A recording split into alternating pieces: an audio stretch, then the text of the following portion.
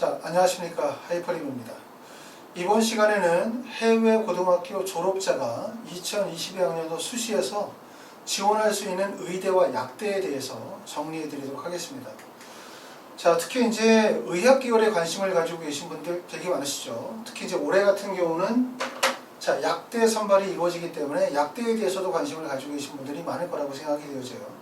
해외에서 고등학교 졸업하신 분들이 의학 계열의 원서를 쓰게 되어질 때 첫 번째 제약 조건 안 되는 게 바로 뭐냐면 첫 번째는 학생부 교과 전형은 대부분 안 되겠죠.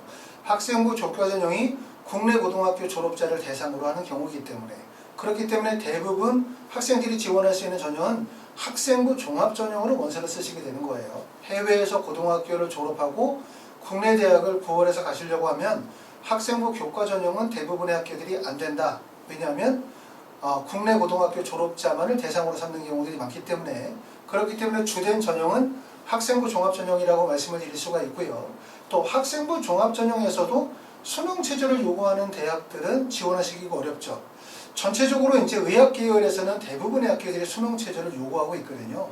그렇기 때문에 수능 체제를 충족하는 게 사실 어렵고 해외에서 고등학교를 졸업하고 난 다음에 수능을 보기도 어려울 뿐만 아니라 설령 수능 시험을 본다 하더라도 의학 계열의 수능 체제가 매우 높기 때문에 현실적으로 불가능한 거예요. 그렇기 때문에 이번 시간에 설명을 드릴 거는 의대나 약대들 중에서 해외 고등학교 졸업자 학생들이 지원할 수 있는 첫 번째는 학생부 종합전형의 의대나 약대, 두 번째는 수능 체제를 미반영하는 의대나 약대, 그리고 해외 고등학교 졸업하가 지원할 수 있는 적절한 전형이 뭐냐, 이 부분에 대해서 설명을 좀 드려보도록 하겠습니다. 자, 여기 나와 있는 표를 보시게 되어지면 첫 번째는 의과대학인데 대학과 전형의 설명이 나와 있어요.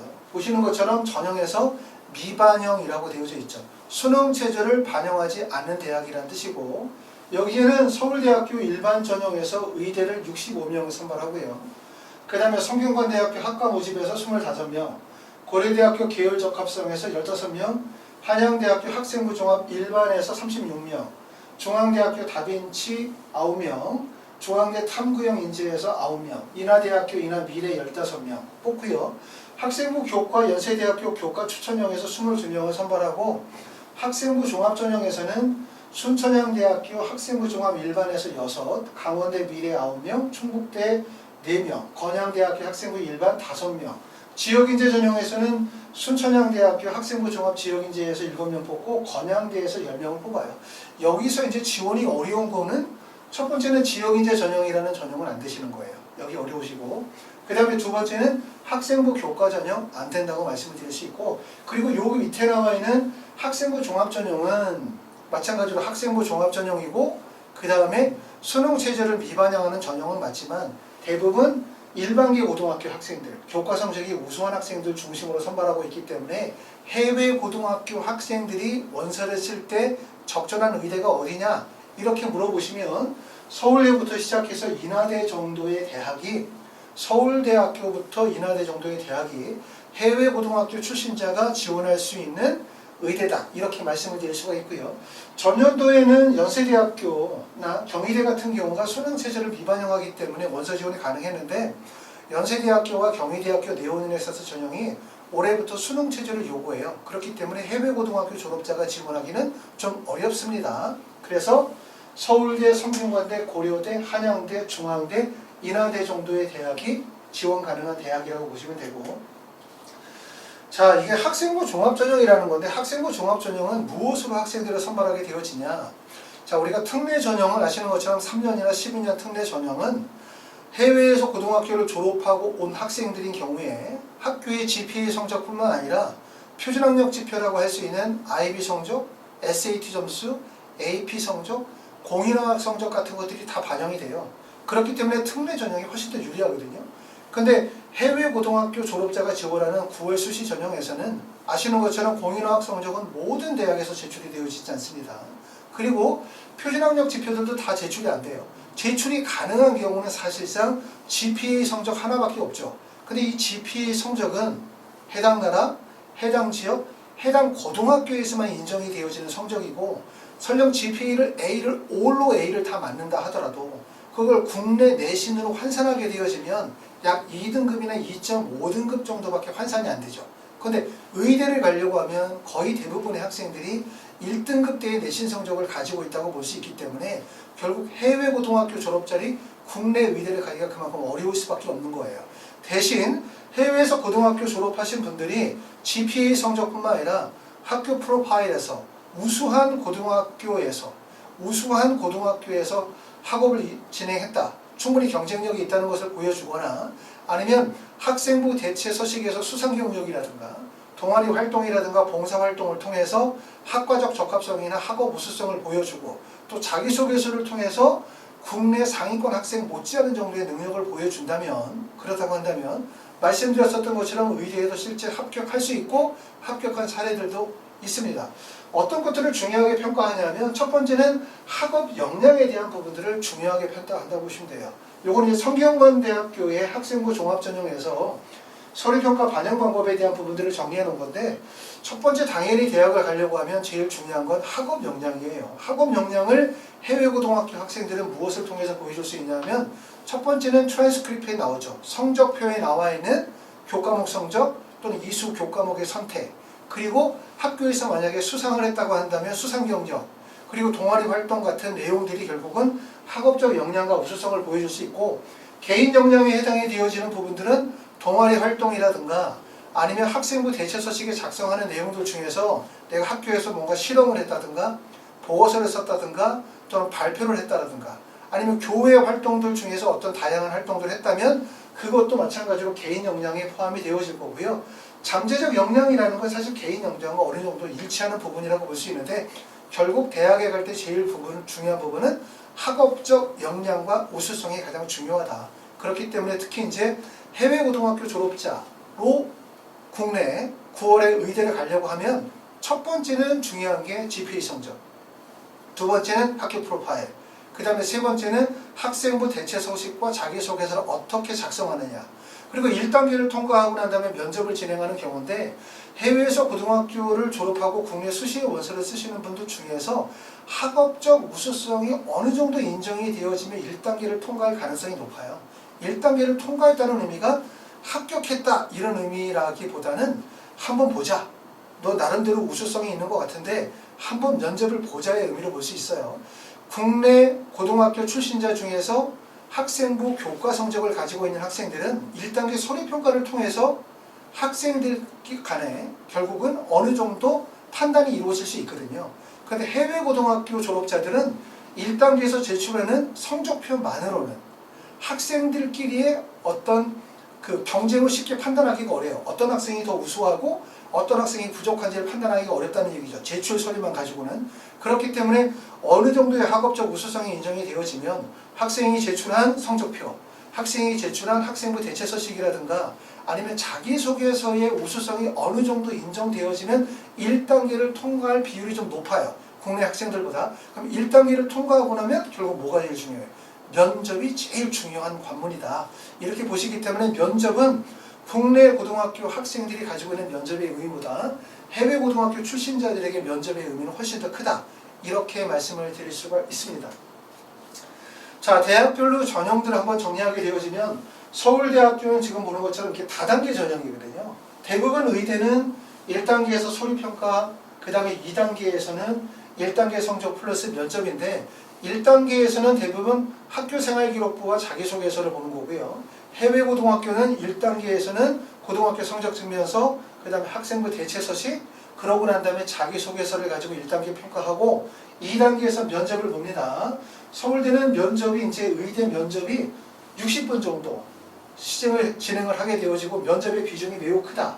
이렇게 말씀을 드릴 수가 있고 성균관대학교도 마찬가지로 수능 체제가 반영이 되지 않고 다단계 전형을 봐요. 면접 일자는 12월 6일 정도에 보고 성균관대학교도 MMI 다중 미니 면접 정도가 되어지는데 약 30분 정도 면접이고 재외국민 전형의 면접들이 대부분 어떤 면접이냐면 지성 면접이라고 하죠. 생명과학이나 화학과 관련이 되어진 직접적 지식들을 물어보고 거기에다가 이제 인적성 면접을 진행한다고 보시면 대부분 9월에 진행하는 의대 면접은 제출 서류에 대한 확인 면접 그리고 두 번째는 상황 면접이라고 해서 하나의 질문을 주고 난 다음에 그걸 읽고 본인의 생각을 발표하게 하는 면접들을 진행을 해요. 결국은 뭐냐면 생명과학이나 화학과 관련된 직접적 지식들을 잘 물어보지 않는다. 그렇기 때문에 어찌 보면 특례 면접보다 좀 장점도 있을 수 있어요. 그렇죠? 면접의 유형에 따라서는. 자, 고려대학교에 원서를 쓰시겠다면 고려대학교는 계열 적합성이라는 전형으로 원서를 쓰게 될 거고 2021학년도에 모집 인원은 18명이었는데 2022학년도는 15명으로 모집 인원이 줄었고요. 시험 일자는 11월 14일 날. 이것도 마찬가지로 다단계 전형을 봅니다. 자, 고려대학교는 면접을 교내 고사 장소에서 화상 면접을 통해 재시험 관련 질문에 대한 답변을 토대로 분석력, 적용력, 종합적 사고력 등을 종합적으로 평가한다 라고 말씀을 드립니다. 의대의 원서를 쓰시려고 하시는 분들은 말씀을 드렸죠. 아까 말씀드렸던 것처럼 1단계를 통과할 가능성이 국내 지원자들보다 좀 높아요. 그렇다고 해서 성적이 안 되는 학생들이 1단계를 통과된다는 의미가 아니고 학업적 우수성이 인정이 되어지면 1단계 통과될 가능성이 높고 그러면 제일 중요한 게 뭐라고 그랬죠? 2단계 면접의 의미가 국내 고등학교 학생들과 훨씬 더 크다. 그렇기 때문에 내가 만약에 의대나 약대를 가겠다고 생각하시는 분들은 원서 접수 전부터 면접에 대한 준비를 좀 더 체계적으로 하실 필요가 있습니다. 한양대학교는 학생부 종합전형인데 한양대학교와 고려대학교의 공통점은 자기소개서가 들어가지가 않아요. 자소서가 안 들어가는 대신에 학생부 대체서식이라는 양식이 되게 중요하겠죠. 자소서는 2023학년도까지 유지되고 2024부터 없어지거든요. 그런데 사실 학생부 대체서식이라는 양식이 자기소개서와 같은 형식이라고도 볼 수 있어요. 학생부 대체서식이 어찌 보면 자기소개서의 대안이라고도 말씀을 드릴 수 있기 때문에 특히 이제 해외고등학교 졸업자들은 9월에 원서 쓰실 때 뭐가 중요하냐면 학생부 대체서식의 작성, 자기소개서의 작성이 매우 중요하다. 이렇게 말씀을 드릴 수 있습니다. 중앙대학교는 해외고등학교 졸업자가 지원하게 되어질 때 두 개의 전형이 있어요. 학생부 종합전형에 다빈치 전형이라는 게 있고 탐구형 인재 전형이라는 게 있는데 다빈치와 탐구형은 전년도에는 다 서류평가 100%였는데 전형이 두 개가 비슷하거든요. 그러다 보니까 헷갈려. 그래서 올해부터는 다빈치 전형을 다단계 전형으로 바꿨어요. 1단계에서 서류평가 100%, 2단계에서 면접 30%를 실시해요. 보통 해외고등학교 졸업자들은 면접을 실시하는 전형이 유리합니다. 왜? 면접을 실시해야 대학의 입장에서 볼 때 학생을 좀 더 넓게 볼 수가 있으니까. 만약에 제출 서류만 가지고 선발하게 되어진다면 사실 제출 서류만 가지고는 정확하게 판단하기가 어렵거든요. 그러므로 해외고등학교 졸업자가 지원이 가능한 전형은 면접을 실시하는 전형이 더 유리하다. 이렇게 보시는데 중앙대학교는 다빈치 전형은 대부분 학생부 교과 성적 중심의 일반계 고등학교 학생들이 대부분 원서를 쓰는 거예요. 국내에서. 그 다음에 탐구형 인재 전형은 면접은 실시하지 않는다 하더라도 대부분 자사고나 활동 역량의 우수성이 인정이 되어지는 고등학교 또 해외 고등학교 학생들에게 조금 더 유리한 전형이다 이렇게 보시기 때문에 중앙대학교는 면접이는 탐구형보다는 다빈치 전형으로 원서를 쓰는 것이 더 좋습니다. 자, 경희대학교 내용을 써서 전년은 말씀드렸던 것처럼 전년도에는 수능 최저가 미반영했는데 올해부터 수능 최저를 반영하기 때문에 수능 최저가 사실은 원서 지원의 가장 큰 걸림돌이 될 수밖에 없고요. 마지막으로는 인하대학교 미래인재 전형 이것도 의예과에서 15명을 선발하게 되어집니다. 자, 그래서 의대에 대해서 말씀을 드렸고요. 다음으로는 약대. 약대가 아시는 것처럼 올해 이제 37개 교 1,700명 정도의 엄청나게 많은 인원을 약대 선발하거든요. 그렇기 때문에 국내 고등학교 학생들도 약대 원서 지원에 대해서 관심을 많이 가지고 계시고 해외에서 고등학교를 졸업하시는 분들도 약대에 대해서 관심이 되게 많으세요. 더군다나 이제 코로나를 거치게 되어지면서 이런 약물 또는 제약에 대한 관심이 더욱더 커진 것 같은데 해외 고등학교 졸업자가 지원할 수 있는 약대는 보시는 것처럼 학생부 종합전형의 대학이 있고 학생부 교과전형의 대학이 있고 그 다음에 지역인재 전형의 대학이 있는데 지역인재나 학생부 교과전형의 대학들은 원서 지원이 타당하지 않아요. 원서 지원이 가장 적합한 대학은 첫 번째는 서울대 일반 전형에서 32명을 뽑고 성균관대학교 학과 모집에서 30명, 중앙대 다빈치에서 10명, 중앙대 탐구형에서 15명, 동국대 두드림에서 9명, 덕성여대에서 25명, 그 다음에 한양대 에리카에서 9명, 충북대에서 4명, 경상대학교에서 3명이고요. 아시는 것처럼 한 대학에 하나를 원서를 쓸 수 있는 거거든요. 그런데 전형이 다른 경우에는 쓸 수 있어요. 그러니까 예를 들어서 내가 연세대학교에 원서를 쓰는데 연세대학교에 학생부 교과 전형으로도 원서를 쓸 수 있고 학생부 종합 전형으로도 원서를 쓸 수 있어요. 그런데 학생부 종합 전형에서 두 개 학과를 원서를 못 쓰는 거죠. 서울대학교 일반 전형에서 나는 의대를 쓸 수도 있고 약대를 쓰고 싶어 이렇게 못 쓰는 거예요. 서울대학교 일반 전형 안에는 의대를 쓰든 약대를 쓰든 둘 중에 하나를 선택하게 되어지는데 여기에서 보게 되어질 때 동일한 학생부 종합 전형이라 하더라도 보통 해외고등학교 학생들이 원서를 쓰기에 적합한 구간은 어느 정도까지 볼 수 있냐라고 하면 서울대부터 시작해서 동국대학교 두림 정도의 대학이 해외고등학교 학생들이 원서를 쓰기에 타당한 대학이다. 이렇게 말씀을 드릴 수가 있습니다. 서울대학교는 마찬가지로 이제 인원이 32명을 선발하게 되어지는데 서울대학교 의학과하고 약대는 좀 달라요. 약대는 면접 및 구술고사를 보게 되어질 때 약대는 수학 제시문 중심으로 수학 제시문을 보기 때문에 서울대학교에 가게 되어지면 기출문제들을 우리가 확인해 보실 수가 있거든요. 약대를 만약에 생각하시는 분들은 미리 한번 문제를 풀어보시게 되고 그리고 지금서부터 체계적으로 준비를 하셔야 될 거예요. 수학으로 직접 제시문이 나오고 문제를 풀고 난 다음에 구술하는 거고 수준 자체가 그렇게 아주 높은 수준이라고 말씀을 드릴 수는 없지만 그렇다고 해서 쉽게 접근할 수 있는 그 정도의 수준이 아니기 때문에 내가 과연 면접 준비가 가능하냐 이 부분이 서울대학교 약대를 원서를 쓸 때 가장 큰 걸림돌이라고 말씀을 드릴 수 있고 반대로 성균관대학교는 면접이 없어요. 성균관대학교 의대는 면접을 진행하죠. 성균관대는 의대나 아니면 사범대 같은 데는 면접을 진행하지만 약대는 면접을 진행하지 않기 때문에 서울대학교 원서를 쓰려고 하는 학생들이 성적은 매우 우수해. 근데 면접이 너무나 부담돼. 라고 한다면 서울대보다는 성균관대에 원서를 쓰면 서류평가 100%이기 때문에 훨씬 더 유리하다고 말씀을 드릴 수 있고 말씀드렸던 것처럼 해외 고등학교 졸업자는 면접이 있는 게 유리한 거예요. 면접이 있으면. 그런데 성균관대는 면접이 없는데 어떻게 해? 그리고 전형이 하나밖에 없어요. 그러니까 어쩔 수 없이 성균관대학교는 학생부 종합 학과 모집으로 원서를 쓰시면 되고요. 중앙대처럼 이렇게 두 개의 전형이 나눠져 있는 경우 말씀을 드렸던 것처럼 중앙대는 다빈치는 면접이 있고 탐구형은 면접이 없지만 어디에 원서를 쓰는 게 좋다? 탐구형의 원서를 쓰는 게 해외고등학교 출신자들에게 좀 더 유리하다. 이렇게 말씀을 드릴 수가 있고요. 동국대학교 두드림은 보시는 것처럼 국내외 고교 졸업 예정자 또는 법령에 의해서 이와 동등한 학력을 가지고 있는 자라고 얘기했고 수능 체제를 미반영하고 있기 때문에 해외고등학교 졸업자들이 지원이 가능한 대학이라고 말씀을 드릴 수 있습니다. 숙명여대 같은 경우는 숙명인재2 이 전형이 있죠. 이 전형에서 보시면 고고 졸업 예정자 또는 법령에 의해서 고등학교 졸업과 동등 이상의 학력이 인정이 되어지는 자, 그러니까 해외고등학교 졸업자가 지원이 가능하고 다단계 전형이고요. 면접 40%고 면접은 수능 이후에 11월 28일을 보게 되고 서류는 학생부하고 자기소개서가 반영이 되어지는 이런 전형들로 갖추어져 있습니다. 해외에서 고등학교를 졸업하고 난 다음에 국내에서 의학계열, 다시 말해서 의대나 약대를 가시곤다 한다. 그러면 첫 번째는 학생부 종합전형의 원서를 쓰셔야 되고 두 번째는 수능 체제를 미반영하는 대학의 원서를 써야 돼요.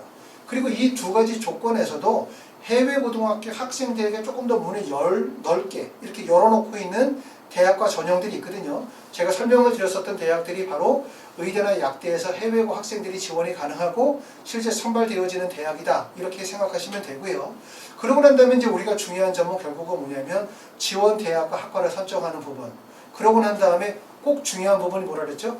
학생부 대체 서식을 작성하는 거, 자기소개서를 작성하는 게 매우 중요하다. 왜 그러냐면 국내 고등학교 졸업자는 학교생활기록부라는 서류가 있고 이 서류가 학생이 가지고 있는 학업적 역량이라든가 진로 방향성이라든가 학교에서의 활동이라든가 아니면 교과목 학습 내용 또는 행동 특성 및 종합 의견을 통해서 선생님에 대한 평가도 다 나와 있거든요. 그런데 해외에서 고등학교 졸업하고 지원하는 학생들이 제출할 수 있는 서류가 성적 증명서밖에 없어요. 그렇죠? 그러니까 성적에는 단지 그 하나의 성적밖에 없는데 이 성적이 전 세계적으로 공인되어진 성적이기 때문에 대학에서 이렇게 딱 보면 정말 우수한데 합격 이렇게 할 수 있는 서류가 아니라 그 나라, 지역, 학교에서만 한정되어질 수 있는 GPA 성적이기 때문에 성적만으로는 학부를 결정할 수 없다. 그러므로 뭐가 되게 중요하다?